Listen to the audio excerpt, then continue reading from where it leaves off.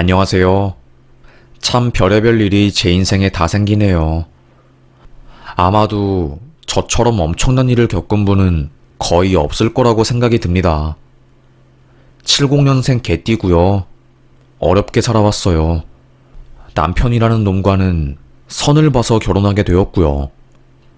아직도 기억이 나는 게 그 사람과 결혼하기 싫어서 가출하고 난리 쳤었던 게 생각이 나요. 양가 어른들과의 인연 때문에 결혼을 거절할 수도 없었고 거의 억지로 하게 된 결혼이었죠. 아마도 제 나이대 사람들은 다 공감할 것 같네요.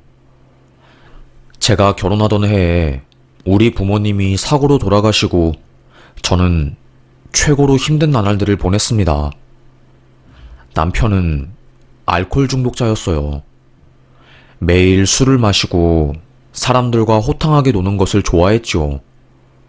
심지어는 제가 만삭이라서 아이 낳기 일주일 전에도 집에 친구들을 데리고 왔습니다. 어이, 녹두전 좀 해봐. 분위기 깨지지 않게 빨리빨리. 형님, 아무리 그래도 임산부한테 시키는 게 차라리 제가 할게요.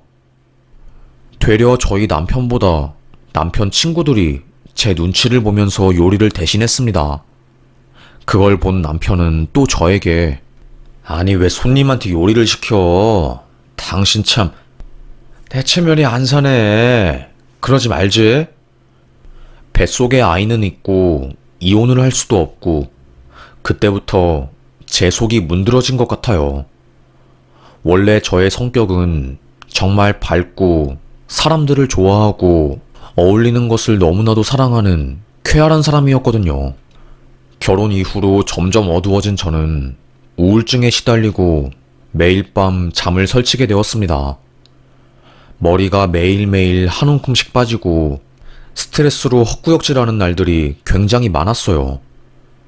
그 모습을 알게 된 저희 언니가 참다 못해 제 남편에게 한마디 한 거죠. 이럴 거면 내 동생이랑 왜 결혼한 거냐고, 육아는 혼자 하는 거냐고, 대체 왜 맨날 밖에 나가서 들어오지를 않는 거냐고요. 언니는 사법고시를 합격해서 변호사 활동을 하고 있었고 엄청 강단 있고 무서운 성격이었어요.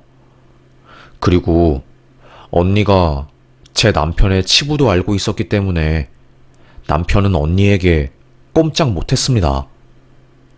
그 이후부터는 그래도 제 눈치를 보긴 보더라고요. 맨날 새벽에 들어오던 사람이 12시 이전에 들어오고 애기도 보기 시작했으니까요. 제 나이대 사람들이 의뢰 그러듯이 저도 아이 때문에 결혼 생활을 유지했습니다. 아무리 힘들어도 애들을 보면 스트레스가 눈 녹듯이 사라지는 것 같았거든요. 그리고 아이를 남기고 죽을 수도 없는 노릇이었고요. 살다 보니 10여 년 일하는 세월이 흘렀고 애가 중학교 2학년이 되었습니다. 생활비를 안 주는 남편 때문에 저는 설거지하는 일을 하고 다녔고 남편은 건설업에 종사하고 있었어요. 애 학원비부터 시작해서 준비물까지 전부 다 제 돈으로 나갔죠. 그러던 어느 날 갑자기 애가 기침을 심하게 하더라고요. 종서가, 너 무슨 일이니? 어디 아파? 왜 휴지에 피가 묻어 있어? 요즘 자꾸 기침을 하고 토할 것 같네. 감기인 건가? 얼른 약 먹고 푹 쉬어. 일주일이 지나도 아들의 몸 상태는 좋아질 기미가 보이지 않았어요. 어느 날 학교에서 전화가 왔습니다. 어머님, 종석이가 쓰러졌어요. 네? 갑자기 그게 무슨 말씀이세요? 종석이가 쓰러졌다니요. 그래서 어떻게 된 건데요? 학교에서 애들이랑 축구를 하다가 갑자기 기절을 했다고 하더라고요.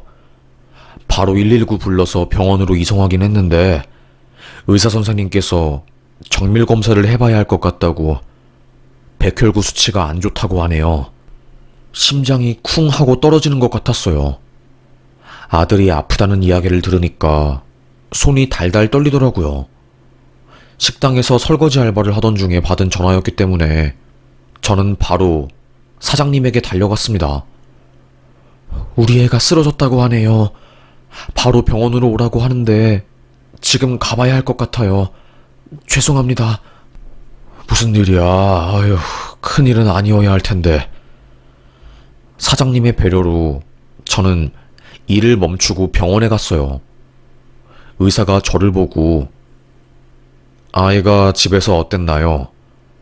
이 정도 수치면 분명히 증상이 심하게 있었을 텐데 최근에 굉장히 피곤해하고 헛구역질을 하더라고요. 아무리 자도 피로가 안 풀린다고 그러고 항상 책 읽는 것을 좋아하는 아이였는데 글씨를 보면 울렁거려서 못 보겠다고 했고요. 아무래도 소아암인 것 같습니다. 백혈구 수치가 비정상으로 나왔고 항암 치료를 바로 시작해야 될 것 같아요. 남자아이고 젊으니까 환자 의지만 있으면 치료는 오래 걸리더라도 분명히 효과가 있을 거예요. 너무 놀라셨겠지만 어머님 분도 마음 단단히 먹으시길 바랍니다. 그래도 강한 사람이라고 생각했던 저였지만 그 순간만큼은 무섭고 서러워서 그 자리에서 주저앉아 울었습니다. 혼자서 애기 키운다고 나름대로 아등바등 살았는데 결국 나한테 온 결과는 이것뿐인 건가 싶은 마음에 너무 힘들더라고요. 남편에게 전화를 해서 이 상황을 알렸고 온 가족이 병원에 다 모였습니다. 담임 선생님도 소식을 듣고 눈물을 훔치더라고요. 제가 조금 더 꼼꼼하게 봤었어야 하는데 죄송합니다, 어머님. 꼭 종석이가 완치해서 학교로 돌아왔으면 좋겠어요. 그래야지요. 종석이 꼭 완치할 수 있도록 제가 노력할 겁니다. 가슴이 뜨거울 정도로 활활 타오르는 의지를 보였습니다. 모성애는 그 누구도 막을 수 없다고 말하잖아요. 저도 마찬가지였어요. 아이를 살리겠다는 그 신념 하나만 오롯이 제 마음속에 있을 뿐이었습니다. 도통 눈물을 안 보이는 남편도 아이의 병을 듣고는 눈물을 쏟아내더군요. 여보, 미안해. 아무래도 나 때문에 애가 아픈 것 같아. 그동안 나는 너무 이기적으로 살아왔던 것 같네. 정말 미안해. 눈물을 하염없이 흘리는 남편을 보니 기분이 이상했습니다. 그렇게 저희 가족은 아들 살리기에 돌입을 하였고요. 저는 하던 일을 그만두고 본격적인 간병을 시작했습니다. 남편에게 생활비와 병원비를 내라고 했어요. 그런데 웃긴 게 뭔지 아세요? 돈 이야기 앞에서 눈이 싹 돌아가더라고요. 병원비가 한두 푼도 아니고 이걸 어떻게 하면 좋냐? 한숨을 푹 쉬면서 저에게 줄 돈이 없다고 말하는 겁니다. 어이없는 저는 애는 나 혼자 키워? 애가 암에 걸려서 사경을 헤매는데 아빠라는 작자가 병원비 없다고 발뺌하면 나보고 어쩌라는 거야? 참을 수 없었던 저는 소리를 질렀어요. 자존심 센 남편도 고집을 꺾지 않더라고요. 나도 열심히 사는데 마음대로 인생이 안 풀리는 걸 어떻게 해? 나보고 뭐 어쩌라고? 진짜 속 터져서 죽겠네. 나한테 뭐라고 하지 마. 진짜 지긋지긋하니까. 욕을 막 한 뒤로 병원에 오지 않았습니다. 아들은 알고 있었어요. 아빠의 이기심, 그리고 폭군 같은 성격을요. 눈치를 챈 아들이 저에게 그러더라고요. 엄마, 마음 쓰지 마. 난 이미 내 마음속에서 아빠라는 존재는 지운 지 오래야. 그러니까 아빠한테 더 이상 뭐 바라지도 마. 나도 아빠한테 바라는 거 없으니까. 성숙했던 제 아들은 꽤나 속이 깊었어요. 아픈 와중에도 엄마를 위로해주는 아이였으니까요. 꼬박 3년이라는 시간이 걸렸습니다. 항암 치료를 하고 암세포가 전부 없어지는 데 걸리기까지요. 그동안 울고 웃고 정말 많은 일이 있었네요. 아이 병원비 대느라 저는 제 명의로 1억 가까이 돈을 대출했고요. 웃긴 건 뭔지 아세요? 남편은 아이 때문에 힘들다고 집도 잘 안 들어왔어요. 속상해서 술 마신다는 핑계로요. 아이를 위해서 하는 것은 아무것도 없는데 생색은 굉장히 심하게 내는 그야말로 너무나도 별로인 남자였답니다. 너무 힘든 저는 시댁에 손을 뻗어보았어요. 어머님, 종석이가 아파서 이번 달 병원비로 1200만 원이 들어가는데 이 돈을 제가 혼자 감당하기 너무 힘들어서요. 좀 지원해 주시면 안 될까요? 우리도 먹고 살기 힘들어서 그 큰 돈이 어디서 갑자기 나겠니? 시댁은 잘 살았거든요. 땅도 몇만 평에 건물도 있는 집이었는데 자기 아들 제외하고는 전부 남이라고 생각하는 사람들이었습니다. 그래서 손자가 아픈데도 돈 한 푼 안 보태주는 오직 아들에게만 도움을 주는 사람들이었어요. 그렇게 저는 마음속에 상처가 쌓여갔고 남편에게 점점 학을 떼게 되었습니다. 아들이 20살만 되면 기필코 반드시 이혼을 하리라 마음을 먹었고요. 완치 판정을 받은 아들은 다시 학교에 들어가게 되었고 조심스러운 일상생활을 시작하게 되었어요. 그런데 화가 나더라고요. 아이는 규칙적인 생활을 꼭 해야 하고 면역력 때문에 수건부터 시작해서 식단도 다 조심해야 하는 상황이었거든요. 그런데 애 아빠는 항상 그걸 무시하고 살았습니다. 불면증 때문에 힘들어하는 아이가 겨우겨우 잠에 들면 술에 잔뜩 취해서 집에 들어온 남편이 소리를 막 질렀어요. 야, 이종석, 일어나. 남자가 말이야, 아버지가 왔으면 알아서 딱 인사를 해야지. 지금 뭐 하는 거야? 여보, 좀 조용히 해. 애가 방금 잠들었는데 왜 깨우고 그래, 정말로. 뭐? 아들놈 오냐오냐 키워서 좋을 게 뭐가 있어? 다 필요 없고 당장 바로 나오라고 해.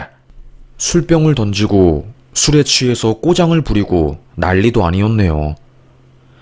애 전용으로 써야 하는 수건에 발을 닦는 것은 물론이고요. 결국 저는 남편에게 선언했습니다. 이혼하자. 이혼하자고.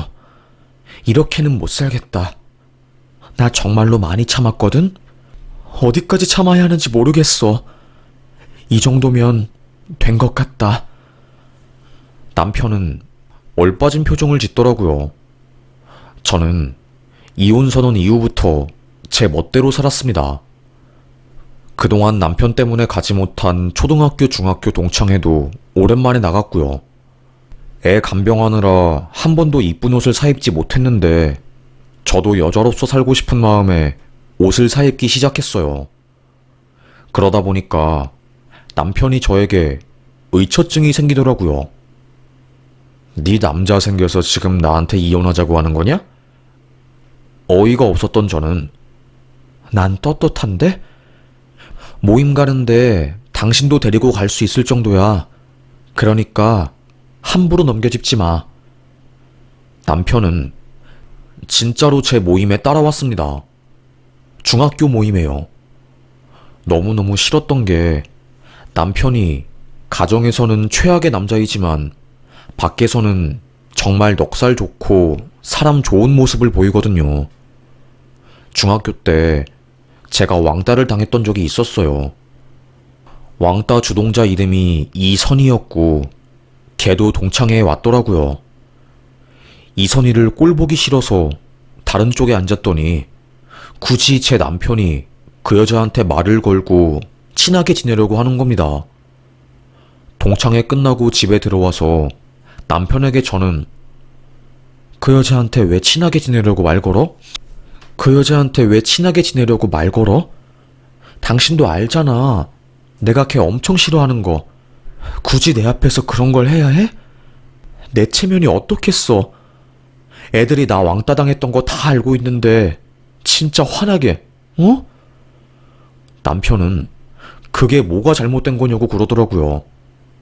속으로 저는 이 사람이랑은 정말로 말이 안 통하는구나 생각을 했습니다. 애도 아빠 때문에 힘들어하고 저도 남편 때문에 속을 너무 많이 썩혀서 더 이상 질질 끌지 말아야겠다 생각을 했어요. 그래서 이혼 변호사를 찾아가서 상담을 받고 변호사 선임을 고려하고 있었죠. 그러다가 사건이 발생한 겁니다. 집으로 대출 이자금 관련한 통지서가 하나 날아왔어요.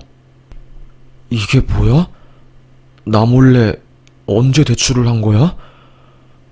우편물을 뜯어보니까 제1금융권에서 5억, 2금융권에서 집을 담보로 6억, 그리고 사채까지 해서 총 13억을 대출한 거였습니다. 저 몰래 이자를 내다가 제가 우연히 그 통지서를 보게 된 거고요. 너무 놀랐어요. 사람이 놀라면 사고가 아예 정지가 되더라고요. 뭐라고 말을 해야 할지. 한참을 멍하게 앉아있다가 시계를 보니까 2시간이 지나 있더라고요. 남편이 올 때까지 가만히 기다렸습니다. 그리고 밤 11시가 지나서 술에 취한 남편놈이 집에 들어왔더군요. 싸늘하게 거실에 앉아 있었어요. 배고파. 나 속 아프니까 뜨거운 국물 좀 줘봐. 저는 바로 냉장고에 있는 차가운 콩나물국을 꺼내서 식탁에 놓았습니다. 네가 데펴 먹어. 그리고 밥 다 처먹었으면 거실로 와. 뭐라고? 지금 나랑 장난해? 네가 차려 먹어? 뭔 말 같지도 않은 소리를 하고 있어?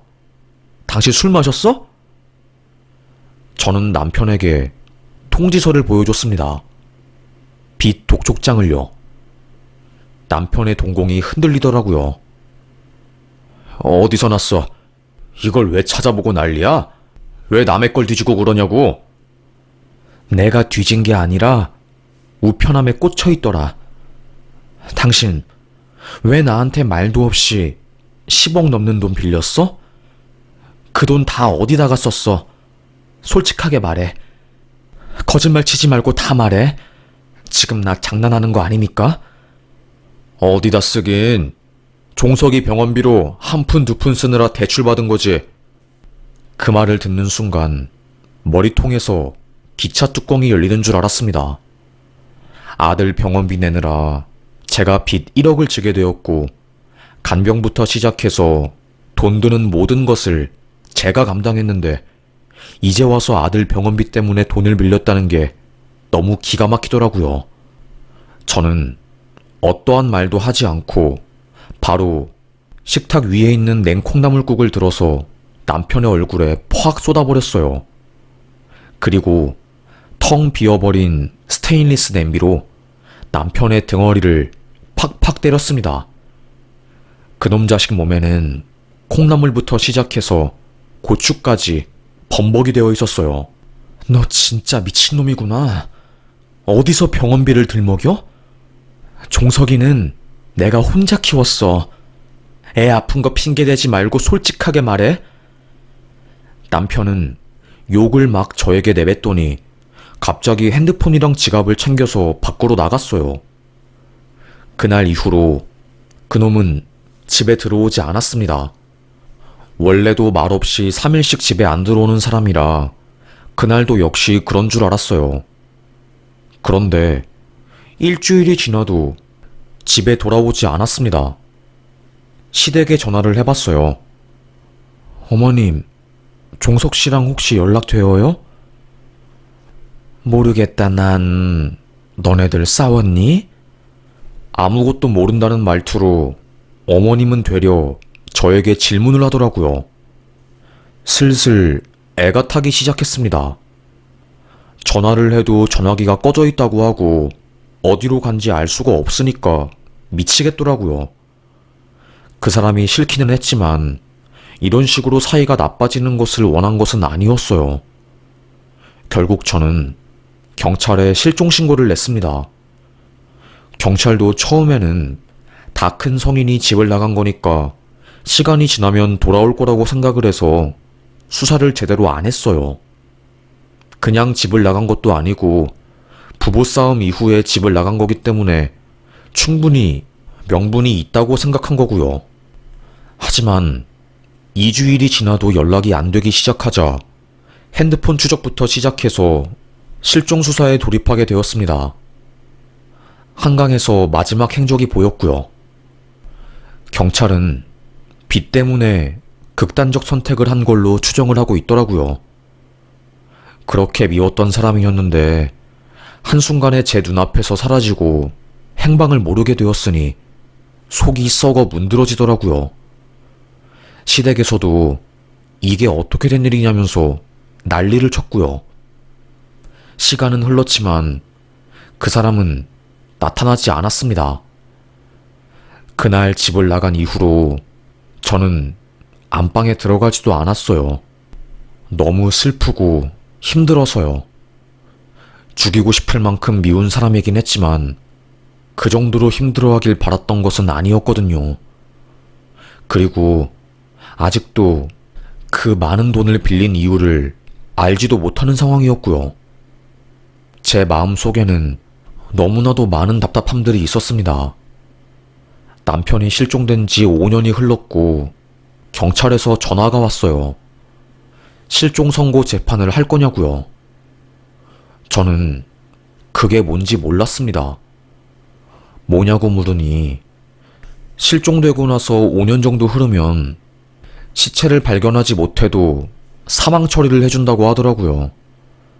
저는 일단은 안 하겠다고 했죠. 시댁에서는 차라리 사망 신청을 하고 그냥 받아들이는 게 낫지 않겠냐고 하더라고요. 고민하던 무렵 한 지자체에서 저에게 연락이 왔습니다. 무연고자 시체를 처리하던 중에 한 노숙자 바지에서 제 남편의 신분증이 나왔다고 하더라고요. 사망한 지 너무 오래되어서 유전자 감식 같은 건 현재 할 수 없는 상황이라고 말했고요. 남편인지 아닌지 알 수 없는 상황이었습니다. 그렇게 그 시체는 화장 처리가 되었어요. 고민을 하던 중에 저는 실종 선고 재판을 청구하게 되었고 괜히 찝찝한 마음에 그 유골함을 제가 인계받았어요. 혹시 남편일 수도 있으니까요. 유골함을 인계받고 실종 선고 재판을 하면서 주변 사람들이 저에게 그러더라고요. 이제 마음을 정리하는 게 낫겠어. 5년 기다린 거면 많이 기다린 거지. 이제 종석이도 군대 갈 나이이고 집도 정리하는 게 낫지. 그래서 저는 5년간 들어가지 않았던 남편의 방을 들어가서 정리를 하게 되었습니다. 저도 모르게 눈물이 나더라고요. 에휴, 어쩌다가 내 인생이 이렇게 기구하게 된 걸까? 그런데 그때 침대와 장롱 사이에 공간이 있는데 그 사이에서 핸드폰이랑 각종 서류들이 발견된 겁니다. 놀란 저는 이게 뭐야? 그 핸드폰을 충전시켜서 열어보았어요. 그게 판도라의 상자였네요. 핸드폰에 깔려 있었던 메시지함을 본 순간 기함을 질렀습니다. 유부남 유부녀들의 은밀한 만남이라는 동아리에 가입해 있었던 겁니다. 남편 놈은 거기서 활동도 꽤 활발히 했나 봐요. 그러니까 그놈 자식이 저와 저희 아들이 병원에서 고군분투하고 있을 때 집으로 여자애들을 초대해서 즐기고 난리를 쳤던 거였어요.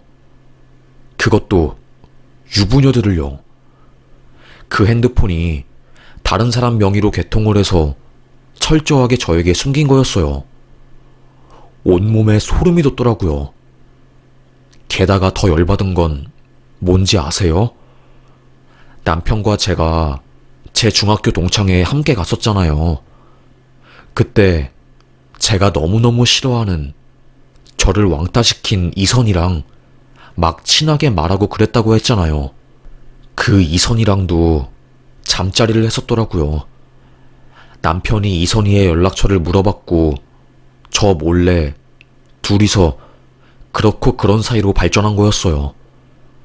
끝까지 저를 괴롭히지 못해 안달난 놈이었네요.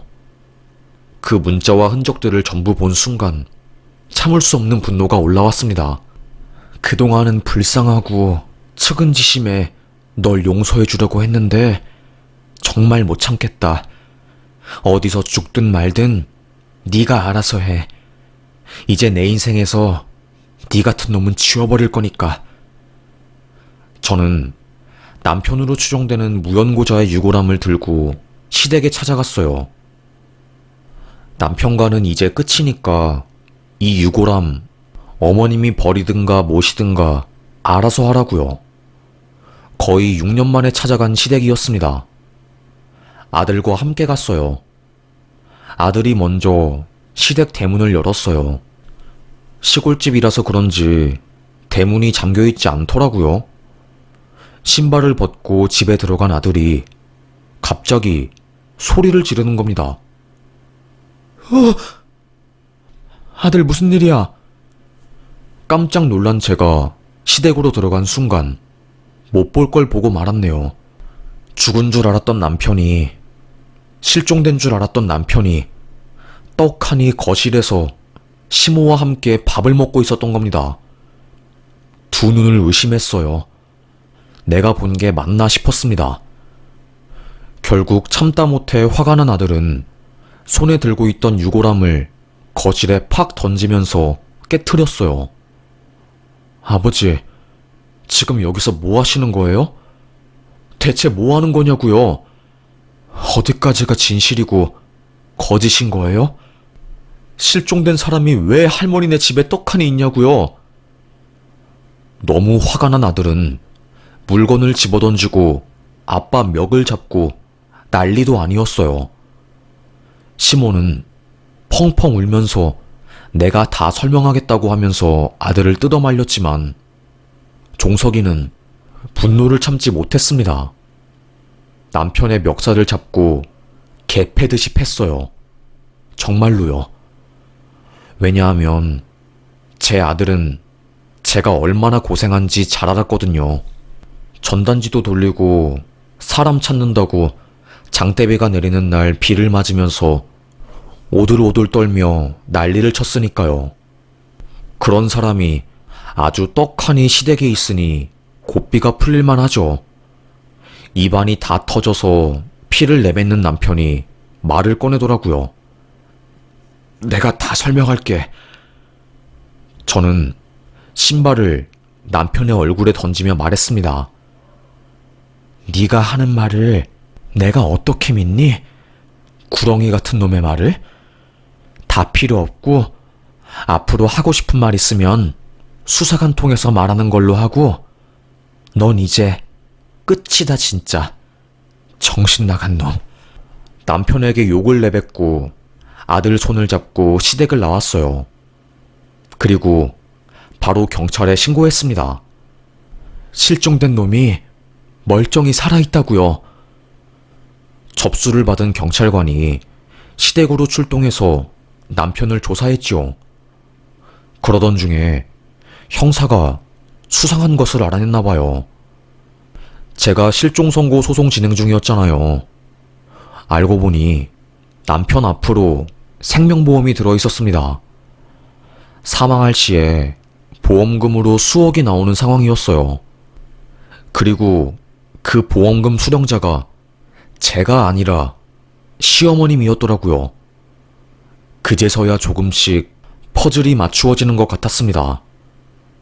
알고 보니까 실종 선고로 사망 판정을 받으면 보험사에서는 보험금을 수령자에게 주게 되어 있다고 하더라고요.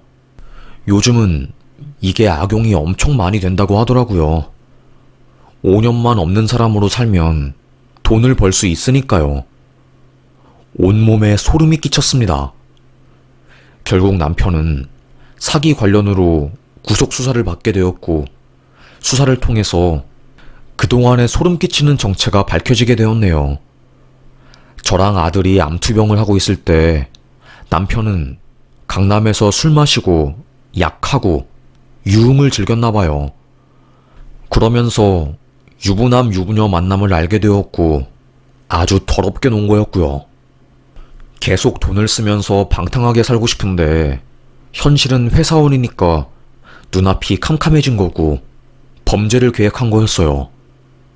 오직 돈을 위해서요. 그래서 자기 명의로 은행권에서 돈을 엄청 빌린 거였습니다. 안정적인 직장을 가지고 있으니까 1금융권에서 돈을 빌리는 것은 어렵지 않았어요. 집을 담보 잡았으니까요. 그리고 2금융권, 3금융권, 사채까지 해서 싸그리 끌어모아 10억이라는 돈을 만들어낸 거죠. 소름이 돋더라고요. 하지만 밀려오는 이자를 감당하지 못한 남편은 머리를 굴린 거죠. 실종 선고를 받으면 이자도 탕감할 수 있고 보험금도 나오니까 시댁 식구들이랑 머리를 맞대어서 계획을 짠 거였습니다. 와, 정말 하나의 영화 아닌가요? 저는 아무리 제 남편이라고 해도 이렇게 사악한 사람인 줄 그날 처음 알게 되었어요. 형사도 저에게 이걸 말해주면서 혀를 끌끌 차더라고요. 아들이 암에 걸렸는데 어떻게 아빠라는 사람이 이럴 수가 있어요? 아마 죄질이 나빠서 구속될 것 같네요. 철저하게 계획범죄라서요. 결국 남편은 구속되었고요. 1심에서 징역형을 받았어요. 지금은 2심 항고를 해서 재판을 기다리고 있고요. 보험회사 쪽에서도 남편에게 소송을 걸어서 옥중에서 지금 소송 준비 중인 걸로 알고 있습니다. 저는 남편에게 이혼 소송을 해서 지금은 법적으로 이혼인 상태네요. 아들은 저에게 엄마, 나는 이제 아빠 없는 사람으로 살려고. 저런 사람이 내 아빠라는 게 너무너무 소름 끼쳐. 엄마가 미안하다. 우리 종석이가 좋은 것만 보고 살기를 바랐는데 미안해. 됐어, 엄마. 그런 말 하지 마. 엄마는 최선을 다했으니까. 아들과 껴안고 펑펑 울었습니다. 그날 정말 평생 흘릴 눈물을 다 흘린 것 같아요. 그렇게 한바탕 눈물을 쏟아내니까 그래도 마음이 조금은 진정이 되더라고요. 그리고 이선이, 저를 왕따시킨 그 여자애한테 상간녀 소송을 진행했어요. 중학교 애들 단톡방이 있거든요. 거기다가 말했죠. 이선이, 너는 옛날 버릇 못 고치는구나. 내 남자친구가 잘생겼다고, 그게 질투가 난다고 날 왕따시키고 나에 대한 헛소문을 내더니 결국에는 내 남편도 꼬시네? 평생 비밀로 가지고 갈 줄 알았지? 어림도 없어. 손바닥으로 하늘을 가리려고? 다 필요 없고 법의 심판을 받으러 가자. 바로 이선희 걔는 단톡방을 나갔더라고요. 애들 사이에서 무슨 일이냐고 난리가 났고 저는 한치의 거짓말도 없이 솔직하게 모든 것을 말해주었습니다. 제 남편과 이선희가 그렇고 그런 사이라는 것을요. 그러자 저 말고도 다른 피해자들이 한두 명씩 나오기 시작했어요. 그리고 그날 저는 애들에게 사과를 받았습니다. 이선희 말만 듣고 너를 왕따시켰는데 너무나도 미안하다면서요. 이상하게 사과를 들으니까 바보처럼 눈물이 나고 가슴속에 쌓인 한 같은 게 전부 싹 풀리는 느낌이 들더라고요. 이렇게 간단하게 사과 한마디이면 내 마음속의 상처가 해결되었을 텐데 나는 그동안 너무나도 오랜 시간 동안 고통받았구나 싶었습니다. 서러웠어요. 인생이 뭐라고 이렇게 힘든 건지. 결국 언니한테도 제가 겪은 모든 것을 말해주었고, 변호사인 언니가 사건을 함께 도와주면서 저는 주변 사람들의 도움을 받았습니다. 그동안 남들에게 민폐 끼치기 싫어서 힘든 일이 있어도 저 혼자 끙끙 앓면서 해결하려고 했는데 너무 힘드니까 그게 안 되더라고요. 이 사건을 계기로 다른 사람들에게 마음을 의지하는 법을 배웠고, 힘든 일이 있어도 극복을 하고 일어서는 방법을 알게 되었습니다. 참 힘들고 쉽지 않은 인생이지만 버티고 버티다 보면 결국 상처는 잊힌다는 것을 깨달았네요. 워낙에 옛날 시절에 어른들의 강요로 원치 않는 결혼을 하게 된 게 제 인생을 평생 괴롭혔습니다. 아마도 저랑 비슷한 개띠분들은 이런 일들을 겪은 분이 있을 것 같아요. 저 혼자만의 이야기가 아니란 것을 알기에 저의 사연을 공유하고 싶었고, 이 이야기를 들으면서 조금이라도 위로가 되기를 바라겠습니다. 제 아들은 군대를 갔다 오고 지금은 번듯하게 직장을 자리 잡고 잘 살고 있네요. 엄마 혼자 키운 거랑 마찬가지인데 구김살 없이 잘 커주어서 얼마나 고마운지 모르겠습니다. 아들을 위해서라도 더 이상은 힘들어하지 않고 잘 살아보려고요. 나이만 많이 먹었지 마음은 아직도 어린가 봐요. 여리디 여린 저는 오늘도 어른이 되고자 공부하고 또 열심히 살아보려고 합니다. 여러분도 힘든 일이 있어도 인생을 놓지 않았으면 좋겠어요. 결국에 버티고 살다 보면 힘든 일들은 지나가더라고요. 그리고 영원한 상처도 없더라고요. 얼마 전에 법원에서 우편물이 하나 날아와서 심란한 마음에 고민을 하다가 저의 이야기를 함께 나누고 싶어서 이렇게 글을 쓰게 되었습니다. 그럼 저의 이야기를 이렇게 끝까지 들어주셔서 정말로 감사합니다. 오늘 날이 추우니 다들 옷 따뜻하게 입으시길 바라겠습니다. 모두들 감기 조심하시고 환절기이니까 몸 잘 챙기시길 바랄게요. 감사합니다.